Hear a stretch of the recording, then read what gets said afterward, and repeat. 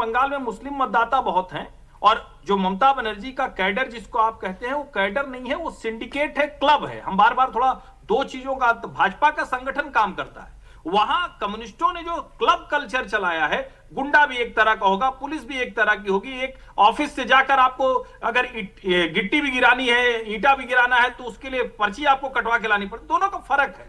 लेकिन मेरा स्पष्ट मानना है कि जिस तरह की मैपिंग इस बार अमित शाह ने, भारतीय जनता पार्टी ने की है, बहुत मेहनत के साथ, और ज्ञानेश कुमार ने जिस तरह से मुख्य चुनाव आयुक्त के तौर पर जो 2005 में केजे राव ने किया था बिहार में, वो काम करके दिखाया। हालांकि बिहार से भी टफ है, यूपी बिहार को लोग बेवजह ज्यादा बदनाम करते हैं। हर्षवर्धन जी, आपका स्टेटमेंट कोई पकड़ लेगा ज्ञानेश कुमार वाला, लोग बाग वैसे ही उनको काफी ब्लेम कर रहे हैं।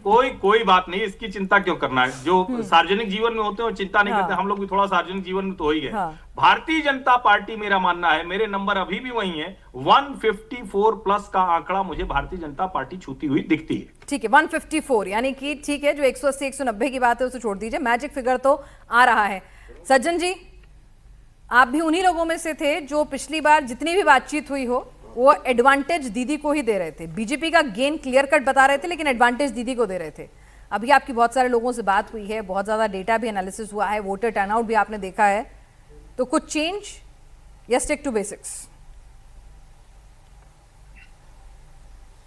नहीं, देखिए, ये एक बात अभी केवल कल आएगा परिणाम। अभी बात ये है कि क्या ये क्लोज इलेक्शन है, टीएमसी जीते या बीजेपी जीते, या जो बहुत लोग एक वो आंकड़ा दे रहे हैं कि 180 90 200 के भी पार चली जाएगी। अब इसमें समस्या क्या है, देखिए, पोलस्टर, सेफोलॉजी, एग्जिट पोल, एक जमाने में जब सीएसटीएस का आता था तो 3-4 पेज पहले उसकी मेथोडोलॉजी समझाई जाती थी कि किस तरीके से हमने ये रिसर्च किया, हमारा सैंपल सिलेक्शन टेक्निक क्या था, हमारी लिमिटेशन क्या था, हमने वैल्यू एडजस्टमेंट क्या किया।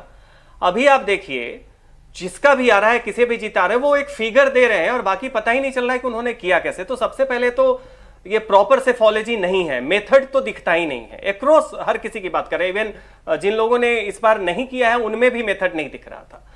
आप देखेंगे कि मतलब रीजन का नाम अजीब तरीके से देंगे, कोई कह देगा कि रार रीजन में, कोई कह देगा पश्चिमांचल में, कोई जंगल महल में। सवाल यह भी उठता है कि लगता है कि एडहॉक जो इधर उधर से टर्म उठाया और बना दिया।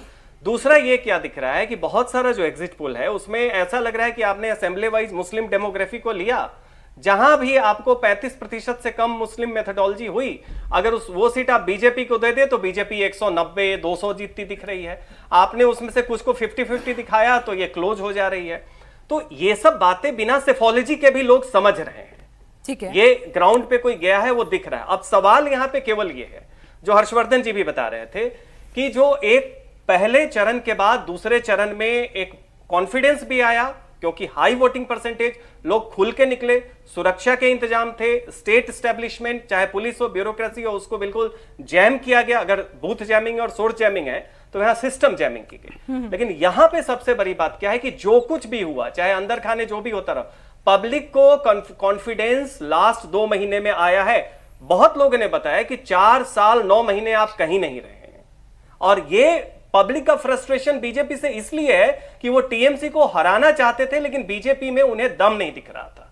नवंबर दिसंबर तक ये हाल था, ग्राउंड पे प्रेजेंस था।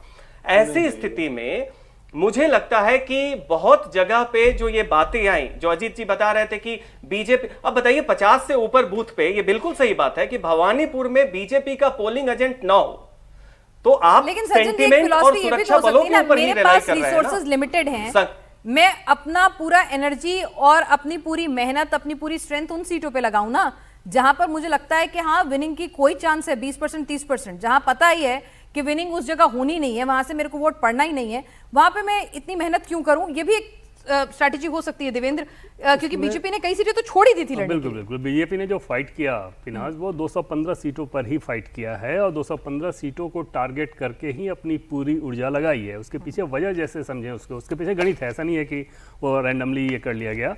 बीजेपी पिछले चुनाव में जिन सीटों पर जीती, प्लस बीजेपी पिछले चुनाव में जिन सीटों पर 5% से कम वोटों से हारी, प्लस बीजेपी पिछले विधानसभा चुनाव में जिन सीटों पे 10% से कम वोटों से हारी, ठीक है, इन 3 को टारगेट करके क्लब किया गया और वहाँ पर बीजेपी ने अपनी पूरी ताकत लगाई। जैसे 5% से कम वोटों से बीजेपी जहाँ पर हारी है, वो 50+ सीटें हैं लगभग वैसी, तो उनमें आप समझ सकते हैं कि 5% से कम, तो एक तो SIR ने जो मैनिपुलेशन वाली वोटिंग पैटर्न रहा होगा उसको डैमेज किया। दूसरी चीज़ कि 5% को भी अगर मान लें तो उस 5% में से 2.5% अगर आपने अपने पक्ष में कन्वर्ट कर लिया, कुछ अपनी ताकत से, कुछ एंटी इनकम्बेंसी से, तो फिर आप विनिंग सिचुएशन में आते हैं। तीसरा जो कैटेगरी है 10% वाला, वो थोड़ा डिफिकल्ट था, लेकिन उस 10% में भी अगर आप देखें तो उस 10% में भी आपको 5% वोट ही अपने पक्ष में खींचना है बीजेपी के लिहाज से।